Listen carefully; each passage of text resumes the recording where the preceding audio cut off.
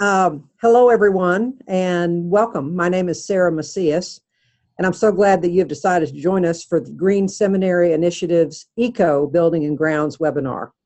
We're looking forward to a thoughtful conversation with 4 experts in the field around ways in which our schools' building and grounds might become models of ecological responsibility. I'm also pleased to introduce, if we could move to the next slide, my co-facilitator today is Stacy Keneally. Stacy is the Certification and Shield Director for Green Faith. It's actually through a partnership with Green Faith that we have developed and have recently launched our new Seminary Environmental Certification Program, which we can say more about at the end of the hour. Today's webinar is the third in a series of 5 webinars around the 5 focus areas of Green Seminary Initiative. These focus areas are education, liturgy, ritual, and worship, building and grounds, community life, and public leadership. If you missed the first 2 webinars, not to worry. You can find a link to the recordings of those webinars either on our Facebook page or our website. But before we get started, we've got just a few housekeeping items.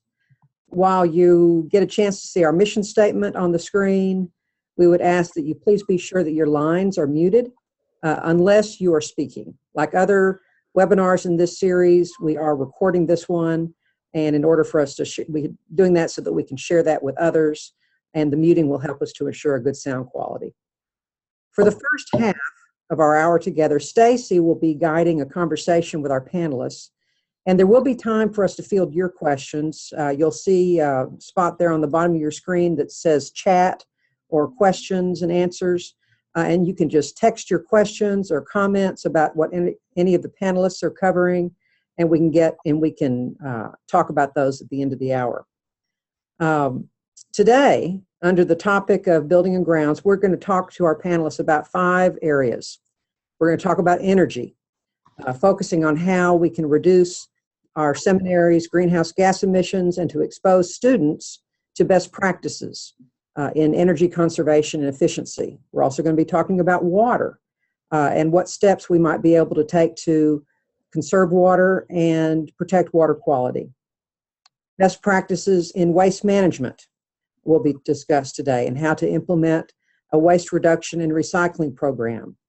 Also, under building and grounds, there's the opportunity for us to consider the use of environmentally friendly materials. And then finally, how can we manage our ground in a way that not only minimizes an environmental impact, but also provides spiritual inspiration. So without further ado, I want to introduce you to our panel. Colby May is with us today. If we can move to the next screen. There he is. Colby is with us today. Colby is a certified energy manager. And I don't know how you do it, Colby, but he has performed over 1,000 energy audits at facilities across the country, including the seminaries that we have enrolled in our Seminary Environmental Certification Program. Colby also happens to be a graduate of Gordon Conwell Theological Seminary. Also with us today is Reverend John Spangler. John is the Executive Assistant to the President for Communication and Planning at the Lutheran Theological Seminary at Gettysburg.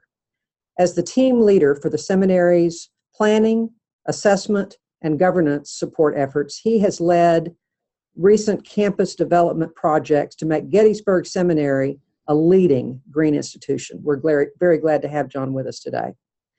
Also, Jay Rundell is the president of Methodist Theological School in Ohio, which is located in Delaware, Ohio. MTSO has assumed national leadership in the field of eco-theology, and they have a year-round farm that I'm sure we'll hear a little bit about today, a community food and wellness initiative, solar panels, geothermal wells, and a number of impressive initiatives. Jay, we're very glad that you're with us. And finally, Brian Webb from Houghton College in Western New York, where he serves as sustainability coordinator, is with us. Houghton has also installed a solar array of panels. And Brian also directs Climate Caretakers, a campaign that seeks to mobilize Christians to learn, pray, and act for a healthy climate. So we're very excited to have this panel together and the participants that are already online, and we'll be able to share this upcoming conversation. So Stacy, if you could get us started, I think we'd love to do that.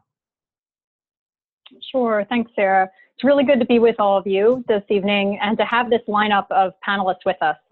They have expertise and success stories to share on the 5 different areas that Sarah mentioned. My name's Stacy. I'm with Green Faith, the interfaith environmental organization, which has collaborated with GSI to put forth this program. And I have a good deal of experience on the congregational side with buildings and grounds. But I'm here, like you, to learn from our 4 panelists and to have a conversation today. They'll be sharing, again, some of their successes and what they've done at their seminaries. And then we'll have plenty of time for questions. So please do submit your questions via the chat feature at the bottom of your screen. So we'll start first with Colby May. And as Sarah mentioned, Colby has extensive experience with energy audits at seminaries, and he's done over 1,000 of them. So this is sort of his greatest area of expertise and where he's going to share some best practices with us.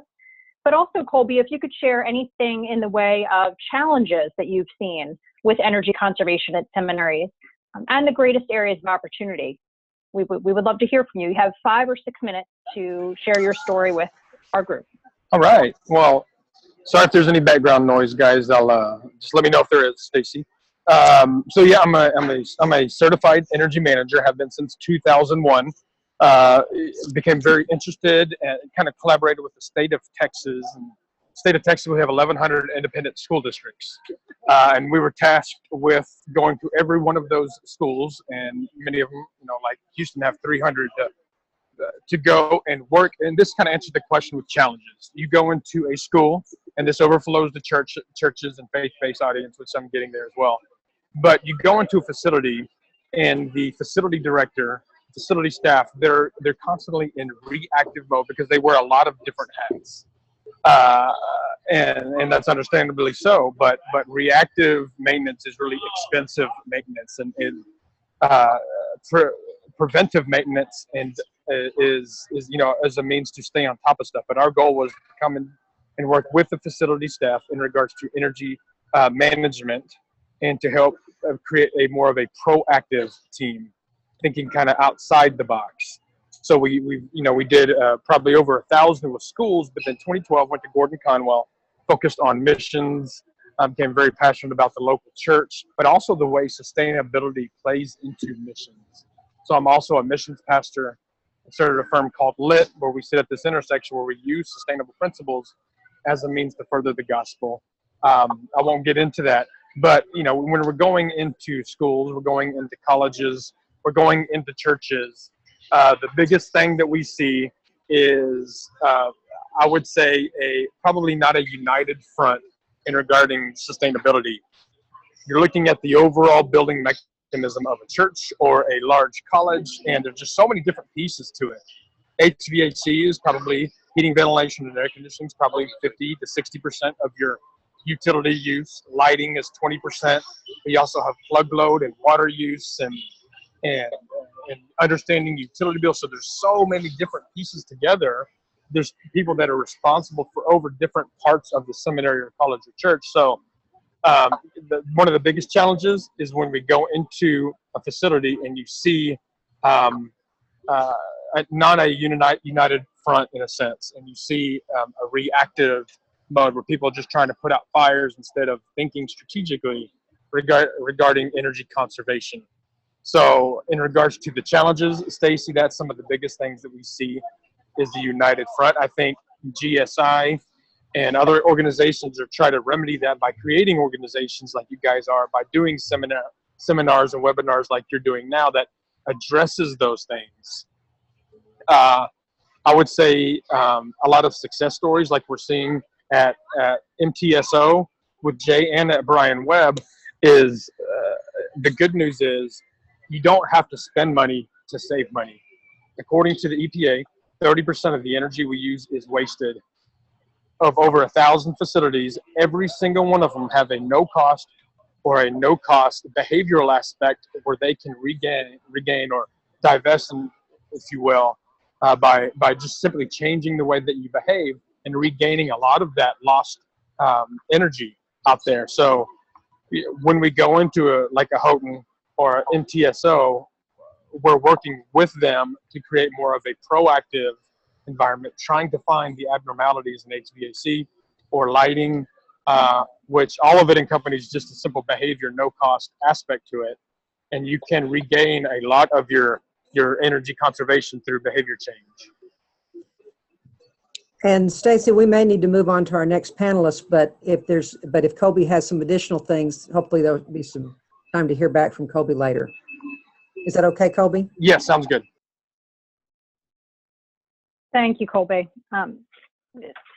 So let's go to our second panelist, which is John Spangler from Gettysburg Seminary. And I know, John, you have experience in several different areas: energy, water, waste, grounds. And so we'd love to hear from you, from your experience at the seminary, and again, in terms of the successes you've had and challenges. What are some of the key points you'd like to share with those who are listening, particularly seminaries that may not yet be at that level? Maybe they haven't done very much and they're sort of looking to you as an example of steps to follow. So if you could just share 5 or so minutes with us on that, that'd be great.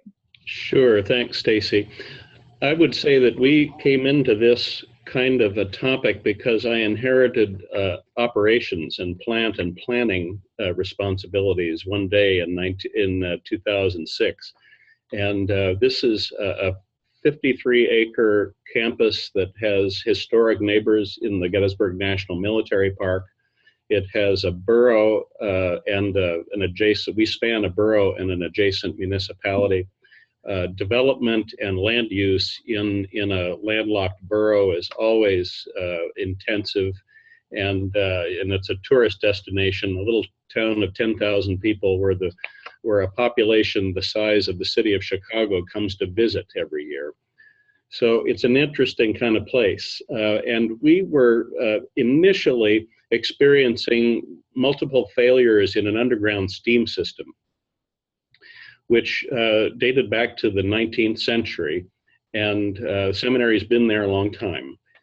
And the stewardship pattern of the seminary is always purchase and install the best possible thing you can, and when you're repairing things, you put it back together again as best you possibly can. But I started to think maybe the 100-year-old system is the wrong thing to be focusing on. Maybe we ought to be thinking about what's the right thing for the next 100 years. When we're trying to repair a failing steam system spanning 6 or 7 buildings in the center part of the campus. So we came at this really from a point of view of best planning practices. What's going to be the best use of a dollar? What do we need to be looking at, imagining that we're going to be here for a long time ahead? And that led us to a feasibility study. We're sitting on a ridge, which means there's rock underneath us. Turned out to be really a good candidate for geothermal technology. And because a sister school actually had already implemented geothermal heating and cooling, it got my attention when they were telling me that the return on investment had dropped below the 10-year period. So from an institutional point of view, we just started to ask these questions that were a little bit outside the normal box. Instead of how are we going to fix everything, what's the best way to go about this with a forward-looking imagination? So we studied things and we implemented wherever possible, and we started to spend our dollars as wisely as we could. When we were involved in land development projects, we also started to look at requirements as less obstacles and maybe our friend in some cases. Everybody dreads the stormwater management facilities that we have to put in, makes things more expensive, but we also started to think about how that actually might help us reduce the footprint of what we have to mow every year. And as soon as a faculty member became involved in teaching ecotheology, he brought in a guest to campus from Outdoor Ministries, another partner who was able to tell us about who lives here, who are our neighbors, discovering that that the campus was hosting a butterfly migration highway.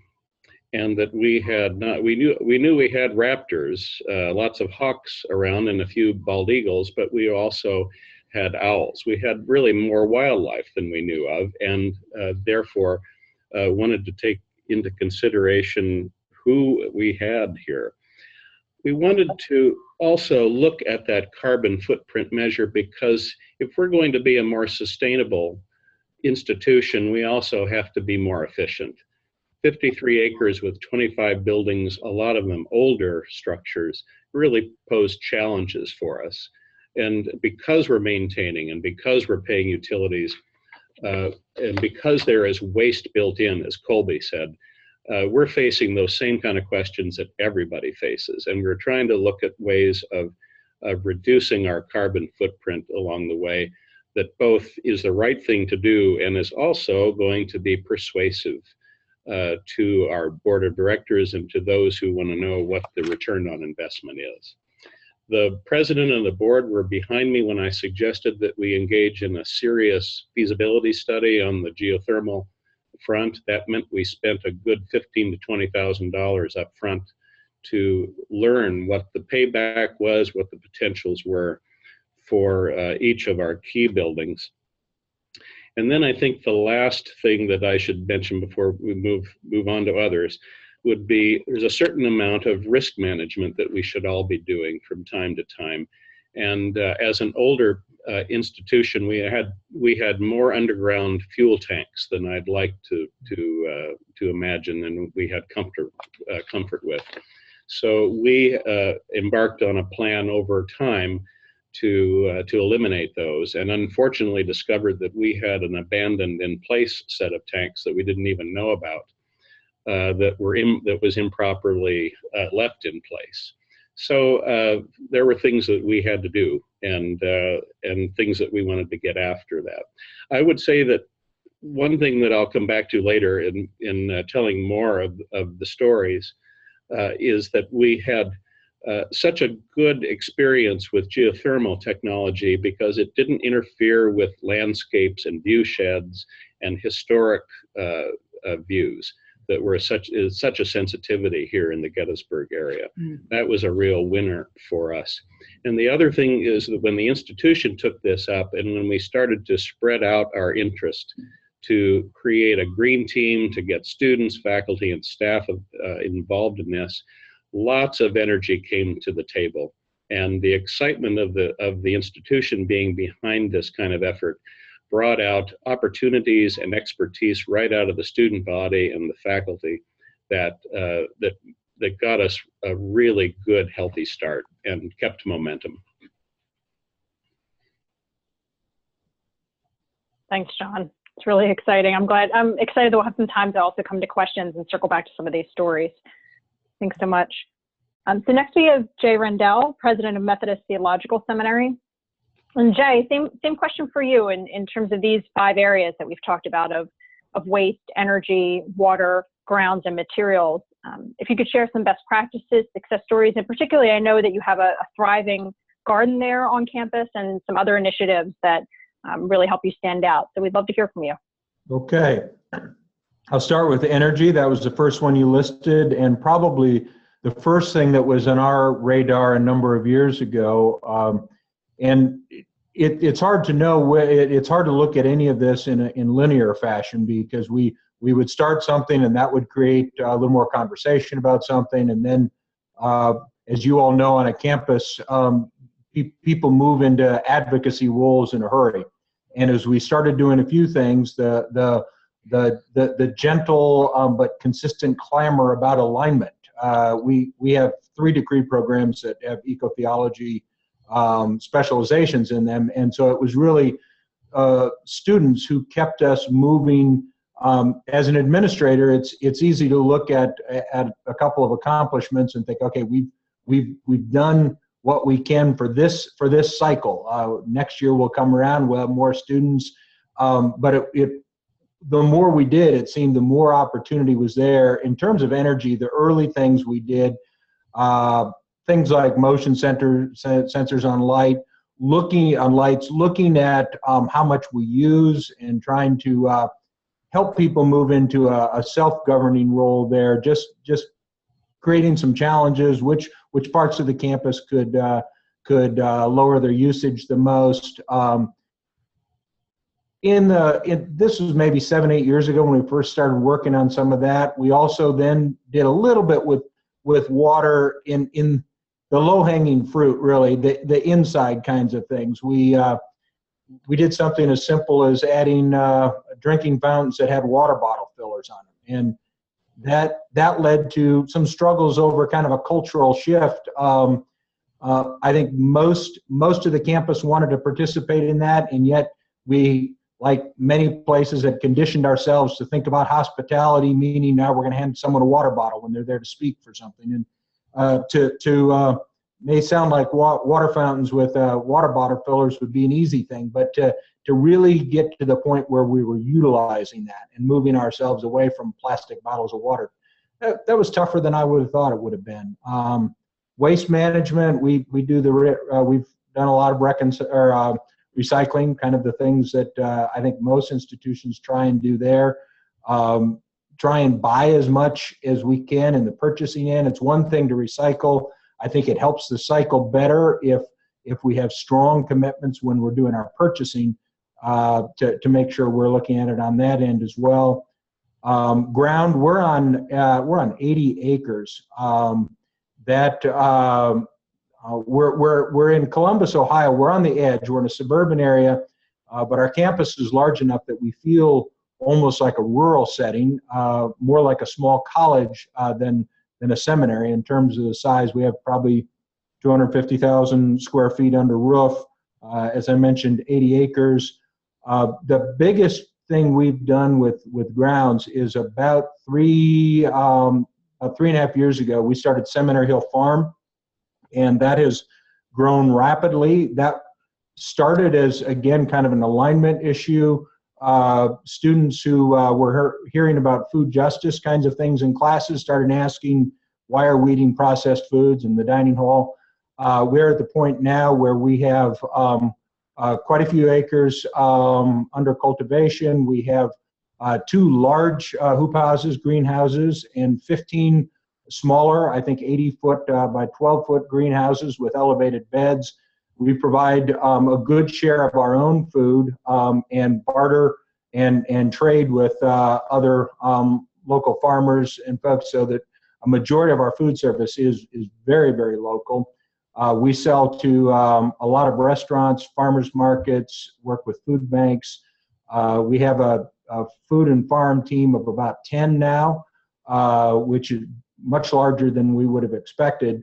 But that has then in turn raised awareness about us and caused us to take even further steps as we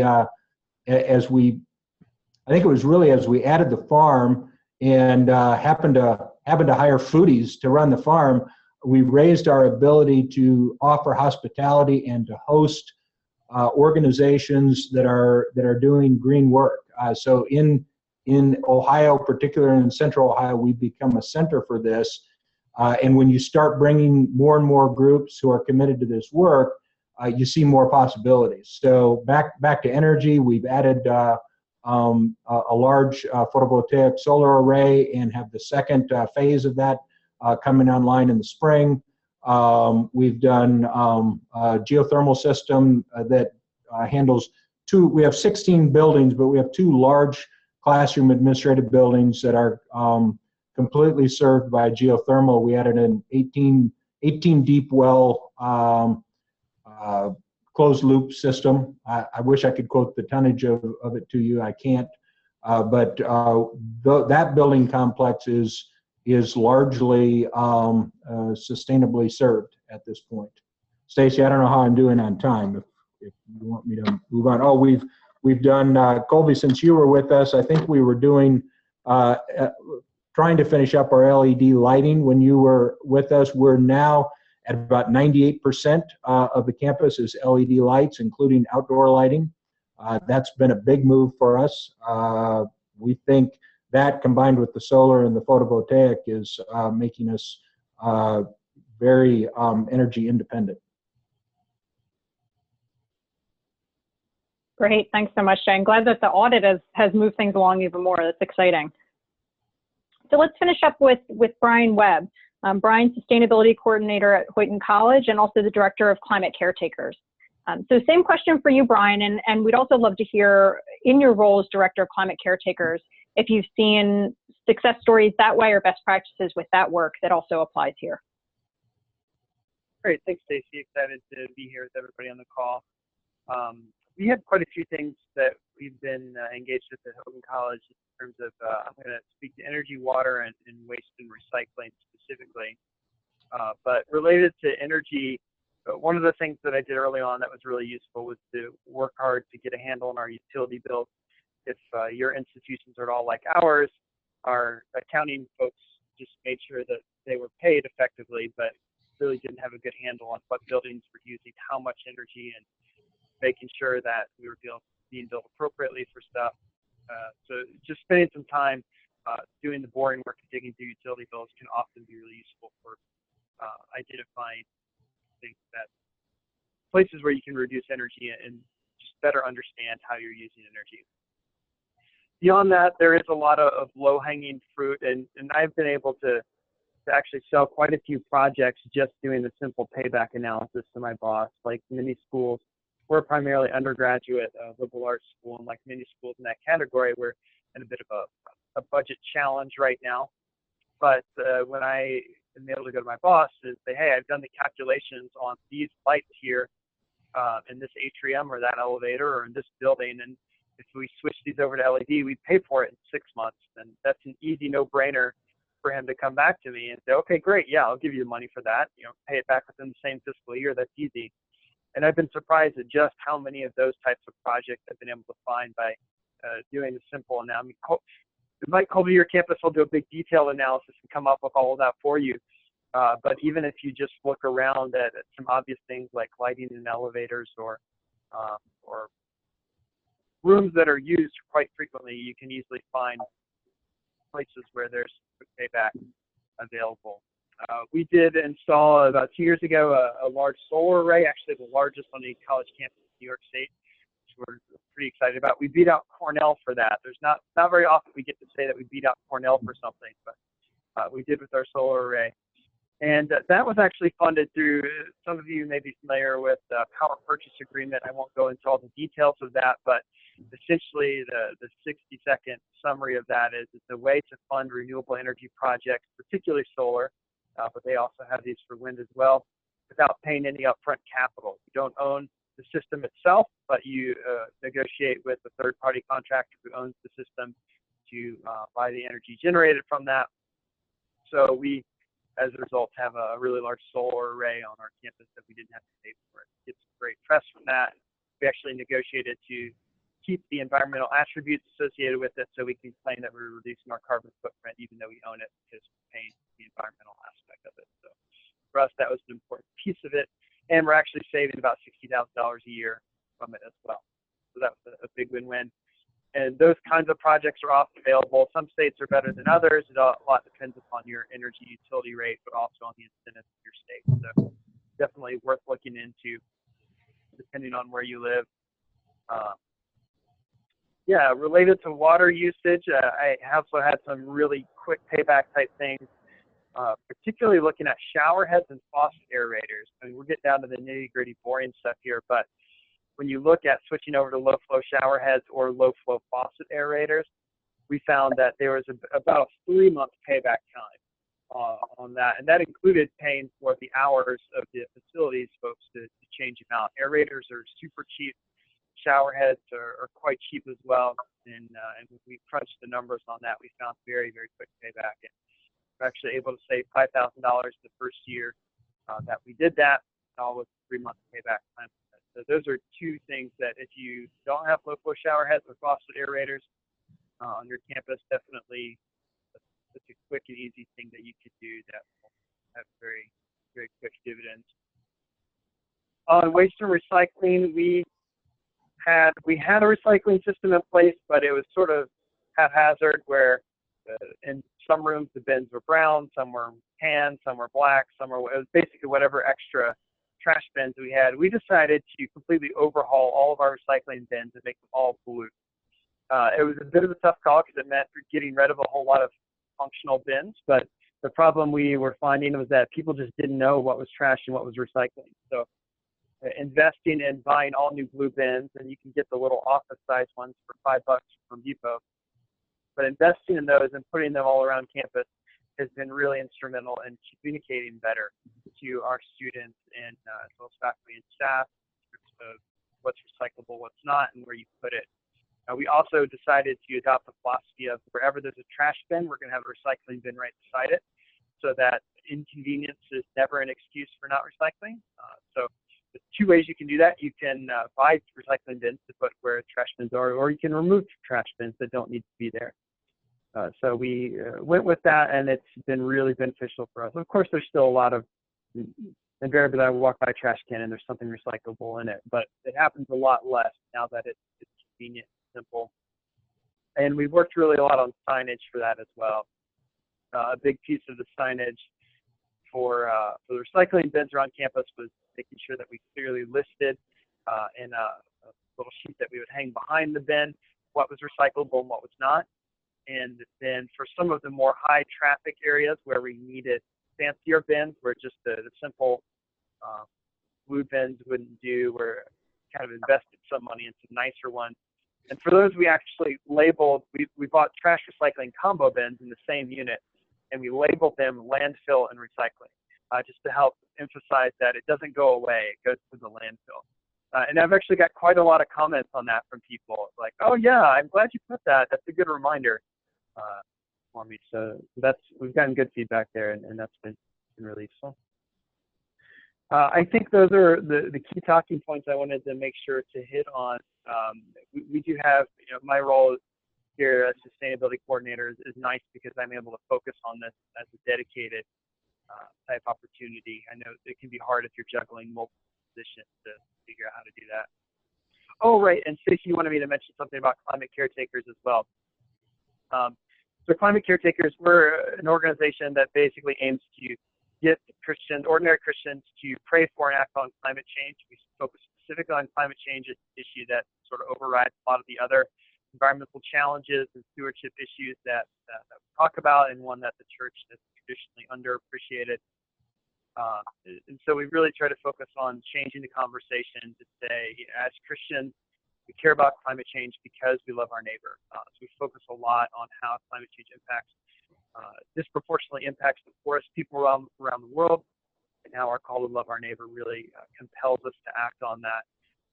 So prayer and action are sort of the two sides that we always focus on. Everything we do is based in prayer.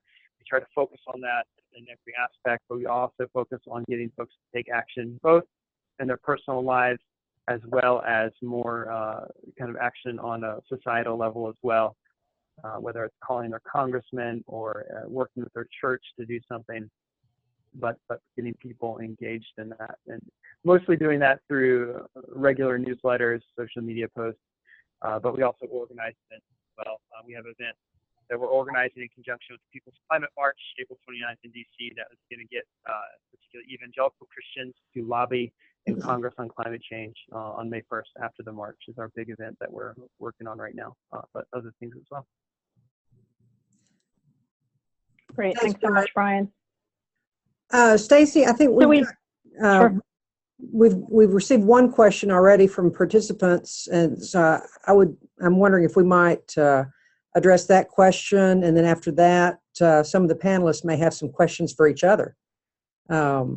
How's that Sure, sound? yeah, why don't we go to that, Sarah? Okay. Why don't you pose the question that came through? We've got a question from James, who's asked the panel to please address replication in terms of ministry, is the way he's termed it. He says, in other words, as he says, as practicing pastors in congregations, or in our case, seminaries and seminary administrators, what are the takeaways for building new green? Colby, you may have something to respond to that.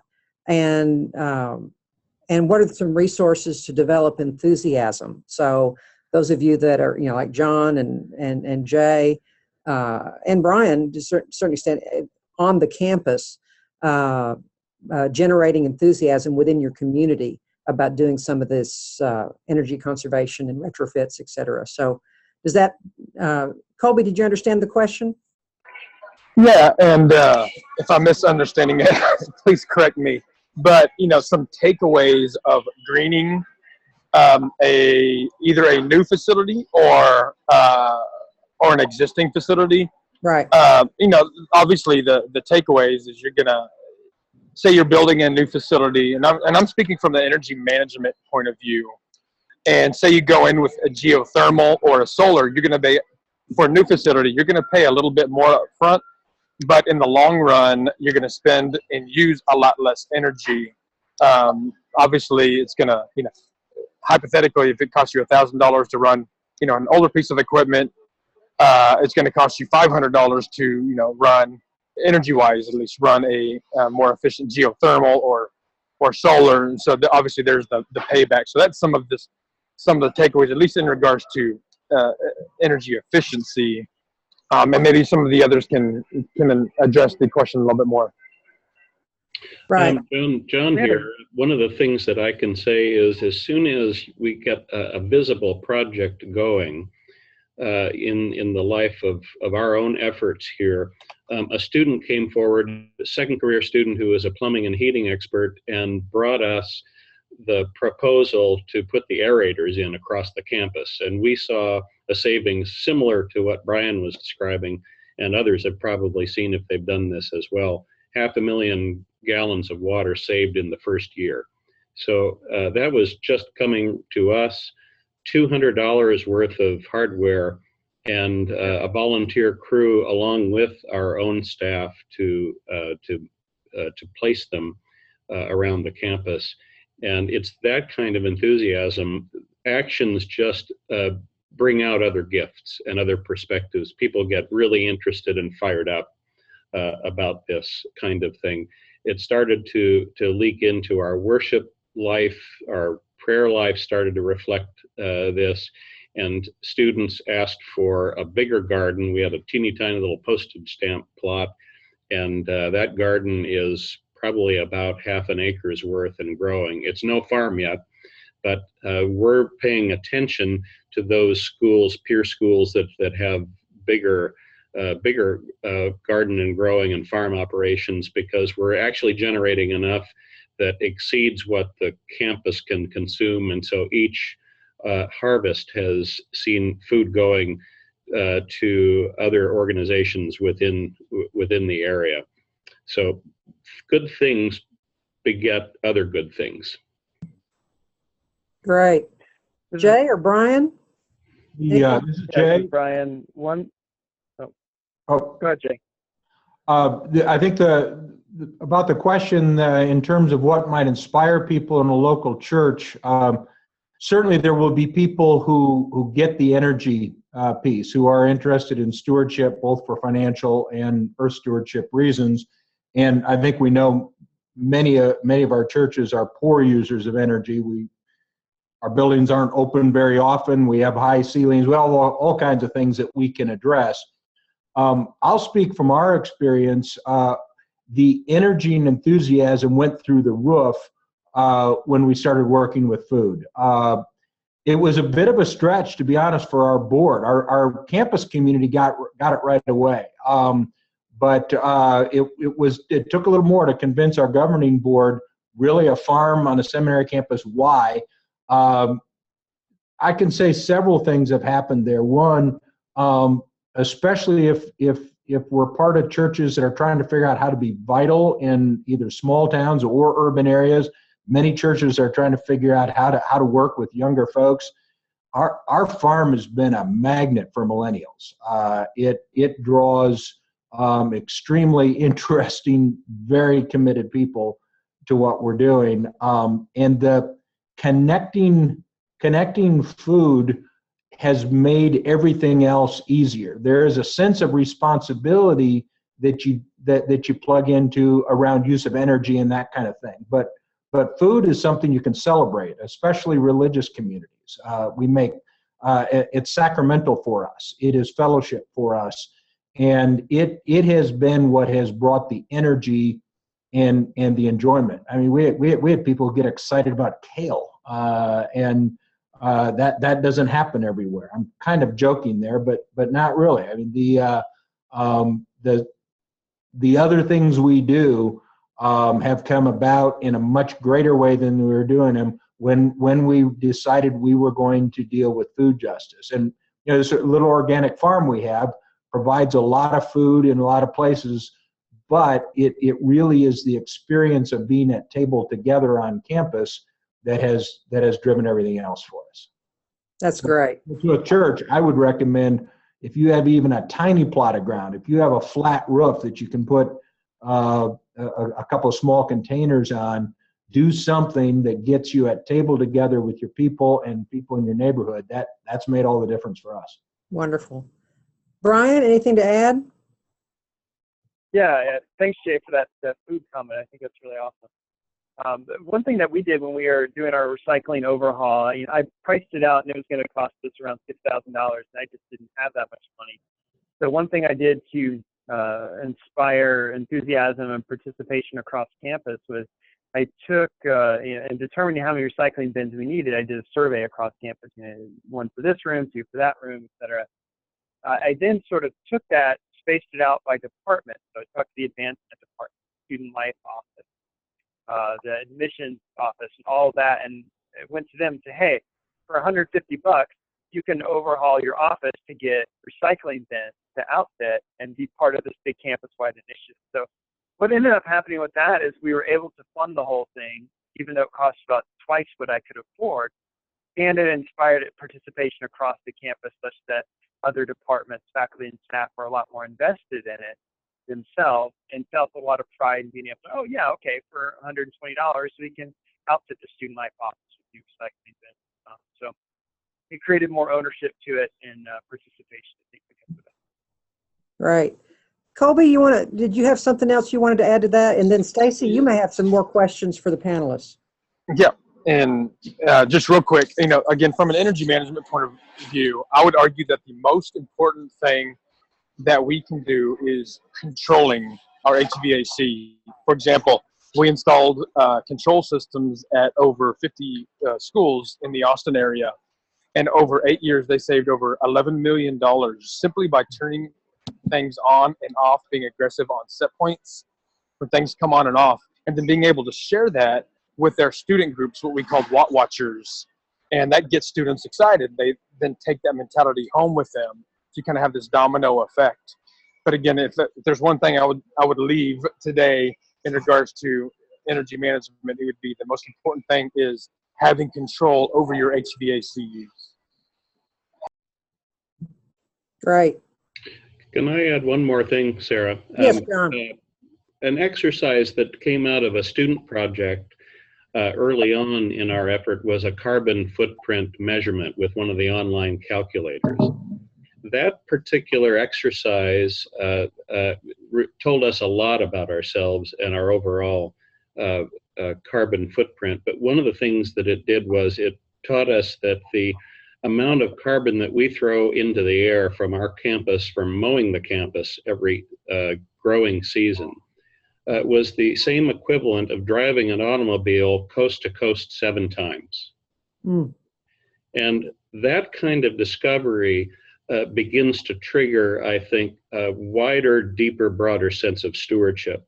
And there are things that if I were in a parish right now, I think I would do a carbon footprint with my congregation and just allow the discovery to start to move people and to move them along their sense of stewardship of God's gifts to us, and also a sense of, well, we have a built environment, or we have a lot of grass that we're cutting in the summer. What if we made that into a garden? What if we did something really interesting with that kind of thing?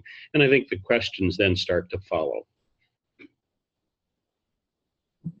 Wonderful. Stacy, did you have any additional questions for the panelists, or do any of the panelists have questions for each other?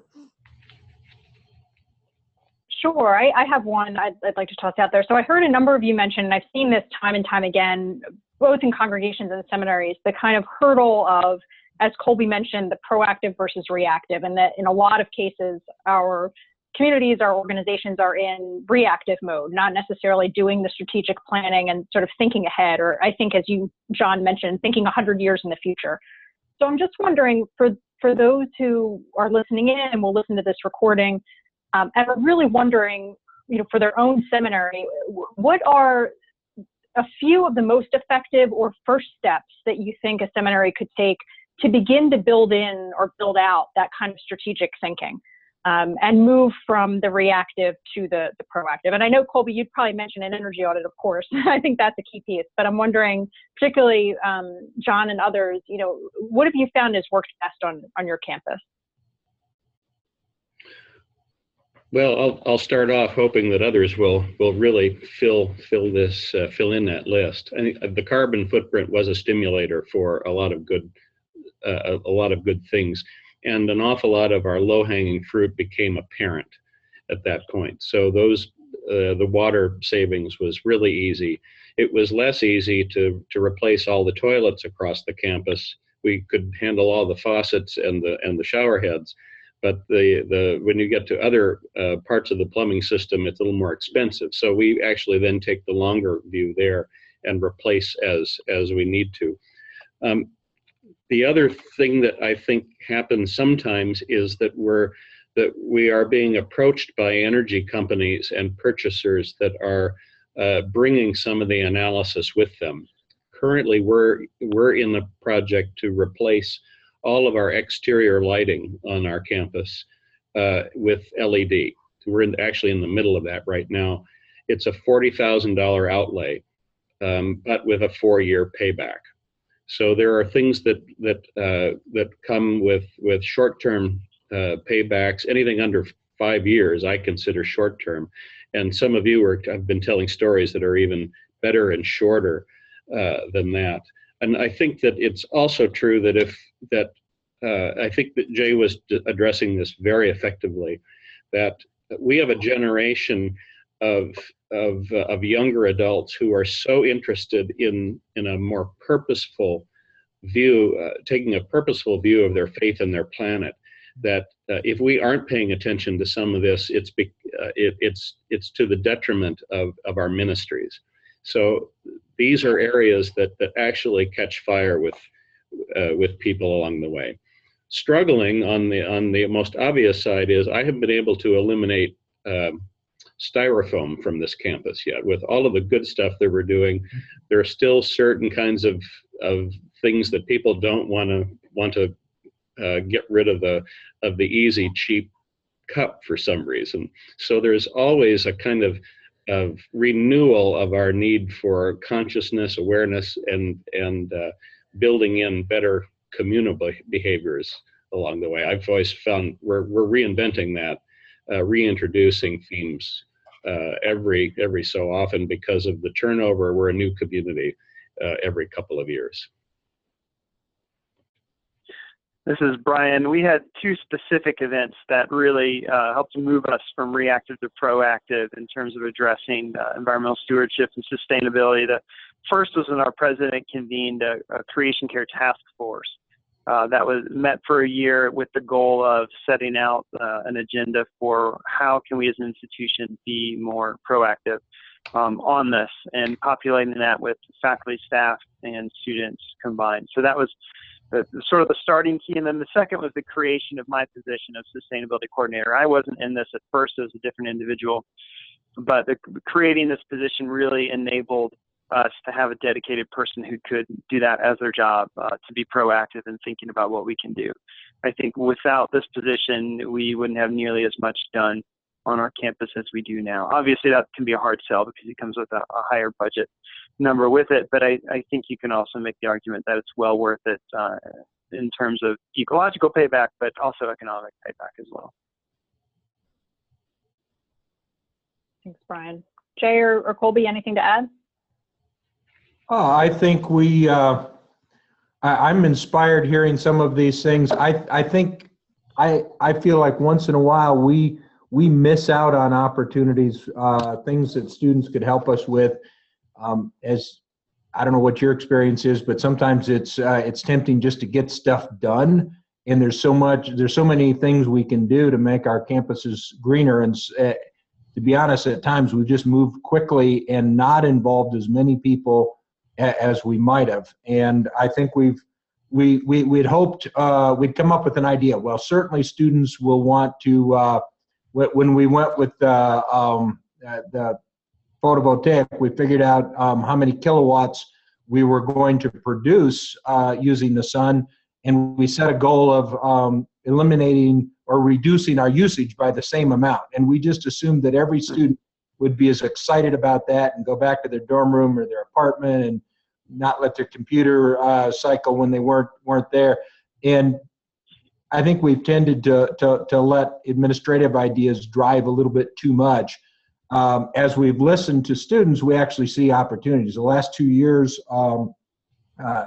we're all graduate students, we're all master's level programs, but we still have some traditions like each year there's a class gift. In the last 2 years, they've done interesting things. One class built a windmill to pump water. We have wells for our farm, but there was some need for other things. So they invested in an old farm style windmill that was we wouldn't have thought of, but they did, and it's aerating a holding pond on campus that was using electric pumps.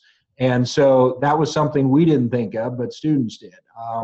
Last year, students, as their class gift, built or planted an orchard, a fruit orchard. And again, we were that was something our farm team was going to do down the line. And I think just listening to your community. The other thing I guess I would offer is to remember that we're educational institutions. In the team that's working with our green efforts, it's clear this idea of aligning the campus with the values we're teaching. That makes a lot of sense. With external stakeholding communities, that made sense to the extent we could tie it to the mission they knew we had. So what does this do for the educational mission?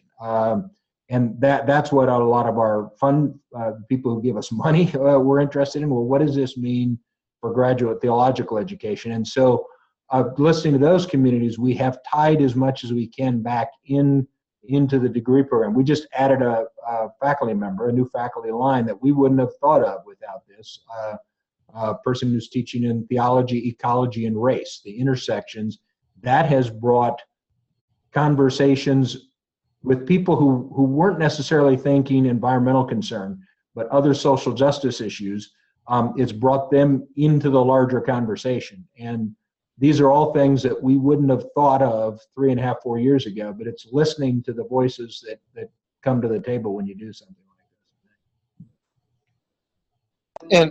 And then, of course, the last thing I would say, and I think when you're looking at a church, seminary, college, sometime, and you're just beginning, there's so much to do in regards to recycling, ecology, energy management, energy conservation. I mean, there's so much to do. So where do you go? Where do you begin? And it's my whole idea that you can't build a house without a plan. You can't start a ministry without a plan or a blueprint of some sort. So there's organizations like Green Faith, like Lutherans Restoring Creation, Warren Gaskell, and others like Brian and them that offer resources, like neutral third-party resources where somebody's not coming in trying to sell a new HVAC system, a new lighting system, but give you really a neutral third party that will help you develop and create a plan. So in regards to how do you start, where do you start, that's my 2 cents. That's great.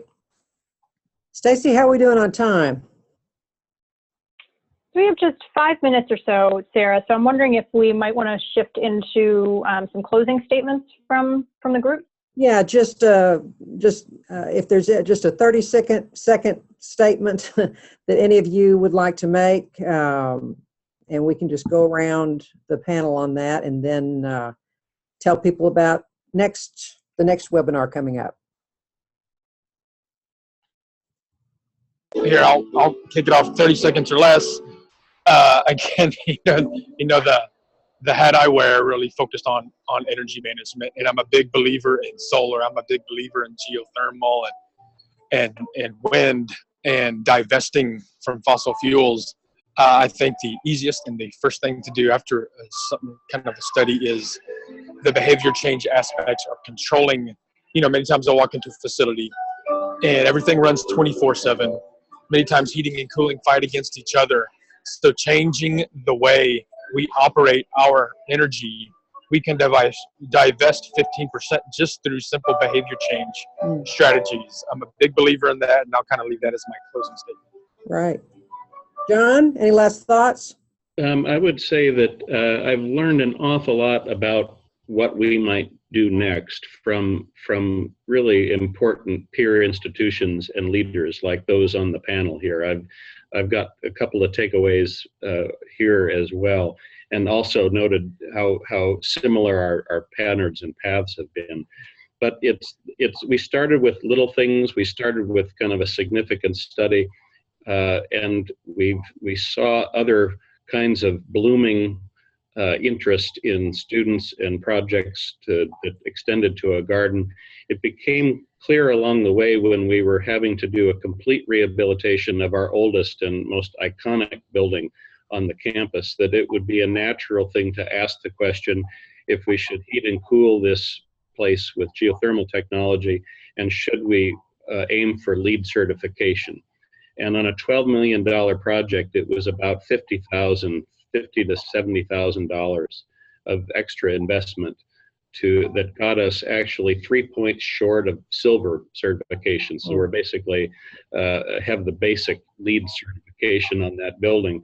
And it's a museum. It was a tricky project, strange in lots of ways. But the little things also open up the possibilities of the big, hairy projects as well. Right. And I think a lot of our built environments are older, and we're not always in a position to build new. So retrofitting is a possibility and can be really feasible and be the right thing from time to time. Right. Jay, 30 seconds. You're on. I think most of us are on this call, some from churches, but most from schools, it sounds like. And what we have in common is we're trying to be good stewards of our campus. So the focus is there. But I would suggest we keep reminding ourselves that we're educational institutions, which means each year we send folks out into the world, and to the extent we can help them know how they might do this in the communities they'll serve, then we can replicate our efforts in a tremendous way. So I just remember our students and what they might take from all this with them. Great. Brian, you get the last word on the panel. Great. I would just say, do what you can. If you have significant budgetary limitations, don't be discouraged by that.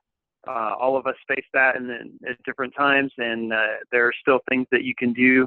As Colby says, low cost and no cost options are there. Quick payback options are there, and look for partnerships around campus. There are certainly other people on your campuses that are willing to partner, whether in terms of time or even using parts of their departmental money to help out with projects that you have. So be open to those kinds of things. If anyone is interested in receiving advice or feedback in terms of creating a position like a sustainability coordinator or director, I'm glad to offer that, or my other hat on, to engage with conversations about how to talk to your campus about climate-related issues and how to get people engaged with that. Wonderful. Well, this has been great. Thanks to everyone for participating. Thanks to Stacy for co-facilitating, and for each of our panelists. This has been a great discussion. It's given us lots to think about. If we can move to the next slide, as mentioned earlier, today's webinar is the third in a series of 5 webinars that is being offered every 2 weeks. The topics are selected based on the 5 focus areas of Green Seminary Initiative. So the next one is on community life on Wednesday, February 22nd. On that one, we're going to talk about how seminaries might manage their food services in order to provide food sourced and prepared in an environmentally healthy and humane manner. We've talked about that a little bit today, and how to develop and communicate a community ethos about the school's environmental commitments and environmentally sustainable behaviors. So register for that. You can learn more about that and our future webinars by going to our Facebook page or our website that's listed there on the slide, or you can always email us at greenseminaries@drew.edu, and we can get you that information. To those listening, if we did not get to your question, or if you think of a question after we sign off, just send us an email and we'll be glad to stay in touch and get back with you. Finally, if you and your school are interested in learning more about our seminary environmental certification program, we had a orientation webinar, kind of a Q&A format last week, and we recorded it just like we've recorded this webinar today. So we've got that available for you to listen to and review. We've got it up on our website and on our Facebook page, or as always, you can email us and we can talk more about it. At Green Seminary Initiative, we feel that it's important work that we've got ahead of us as we equip the religious leaders of today and tomorrow for the ecological challenges that are facing the world. So thanks again for joining us today, and we'll see you next time.